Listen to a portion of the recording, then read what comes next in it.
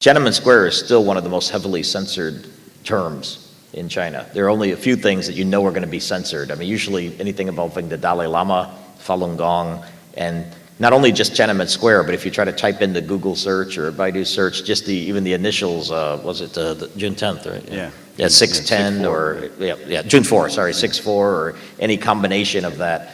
Or 1089, that's right. So, that's right. 6 plus 4. Yeah. 6 plus 4 is, so any combination of, is really, really highly sensitive there. There has been speculation that the new leadership under Xi Jinping and the Prime Minister Li Keqiang maybe at some point about to look at or revise the verdict on Tiananmen Square. We don't know if that's true, but a lot of academics think that's the case. Li Keqiang, actually, the prime minister, actually had a lot of friends from his class at Peking University who were sympathetic with the Tiananmen Square protesters, and some people think he himself was sympathetic.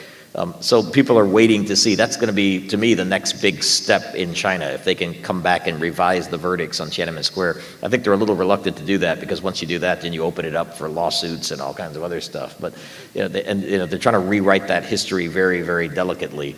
But no, that's a really still heavily censored term, because that's incredibly sensitive for them that the PLA opened fire on their own people. In general, I don't see them deliberately lifting. They're already changing censorship. There's a lot less censored now than there was probably in the 80s. You can talk about a lot more topics. You can talk about corruption. Xi Jinping talks about corruption now, so you can talk about corruption. You can talk about failings of the government. You can talk about, how they're not fixing the environment, the air pollution in Beijing, bird flu. It's just now it's narrowed down to direct criticisms of the leadership in Beijing by name, and allegations of corruption against the leadership by name, and then questioning the rule of the Communist Party.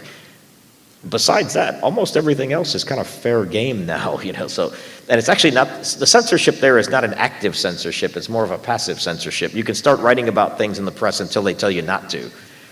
So even on the Wenzhou train crash, there were all kinds of stories in the media the next day about the corruption in the ministry, whether the corruption was to blame for the high-speed rail system being built in a faulty way.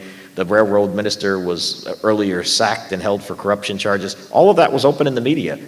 And it only got to a certain point where the censors put out a notice, which you could actually see, saying, okay, tone it down, guys. Stop putting this stuff on the front page. So they kind of let it out there, as you said earlier. They let people let off steam, and then they kind of rein it in a little bit. So it's a far less censored place than it was 10 years ago.